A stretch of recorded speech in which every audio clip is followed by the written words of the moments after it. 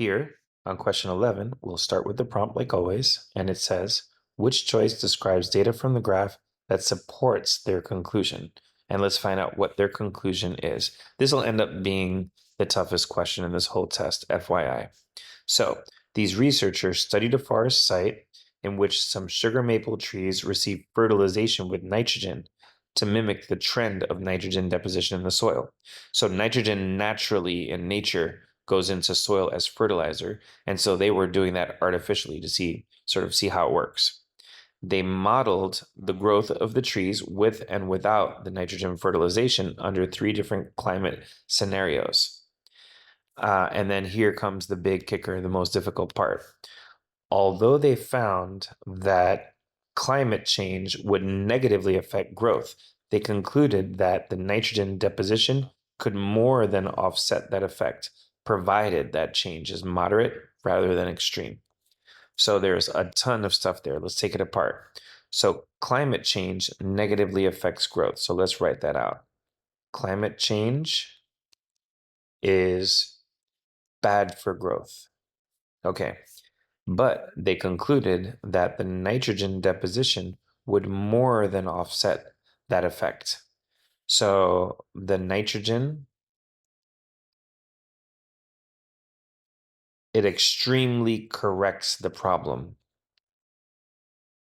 Because to offset the problem would be kind of like correcting it, but this more than offsets the problem. So it corrects it extremely and maybe even makes the growth even higher. Last but not least, it says, provided that change is moderate rather than extreme.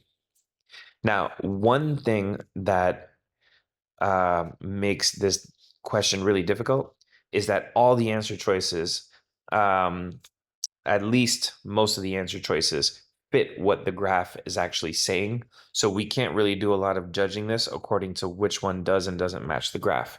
But we're just going to go ahead and just go straight to the answer that ends up being the right answer here, just because this is a max difficulty question. And we're going to kind of take our time explaining why this ends up being the right answer.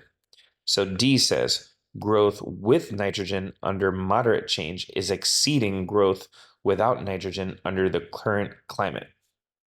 So right there, it's saying that, we know that climate change negatively affects growth, or we're being told that, but with the nitrogen, even though there was some climate change, it still was better. So that right there is saying that nitrogen is correcting the problem. So as long as you have nitrogen, even though there's more climate change, there still was more growth. So that's the idea of the nitrogen deposition more than offsetting the negative effect of climate change. So that's the first part.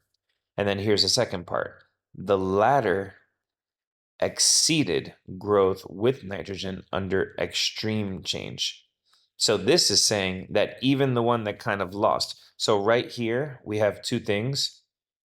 Moderate change with the nitrogen with moderate change, and no nitrogen under the current climate. The loser in all of that was no nitrogen under the current climate. And that's because the nitrogen offsets the negative effect. But now what the next part is saying is that the latter thing, now if I talk about 2 things, the former is the first thing and the latter is the second thing. So for instance, the Yankees are better than the Mets. The former has good pitching, but the latter has good hitting. So if you mention 2 things, the former means you're referencing the first thing you just mentioned, and the latter means you're referencing the second thing you just mentioned. So here they're saying the latter, that is the without nitrogen under the current climate, the latter is exceeding growth with nitrogen when there's extreme change. That's the idea of provided that the change is moderate rather than extreme. So they're saying fertilizer fixes all our problems. Even if there's climate change, the fertilizer is going to fix things. However, if there's extreme change, if there's extreme climate change, there's no amount of fertilizer that's going to fix that. And that's why the one that was the loser in the first comparison, the current climate without nitrogen, that one is still exceeding growth, even with the fertilizer, with the extreme change. And that's basically the idea that there's nothing that can fix extreme climate change. No amount of fertilizer can fix that. So the funny thing here is that we never really looked at the chart for this. We were just finding the statement that made sense according to that red statement in the paragraph. Really, really difficult stuff. Definitely the hardest question in this entire thing. And I think for any student, even pretty much the best students out there, you want to get to that point where if it's the toughest question in the world, you're okay with, just putting your best foot forward. Maybe you get it, maybe you don't, but you want to get all the easy, medium, and even very hard questions. And maybe don't be so hard on yourself on some of these toughest ones. What a great place it would be to miss maybe this question and one math question and get a 1580 on the SAT. But I hope this solution helped on this, the toughest of all the verbal questions.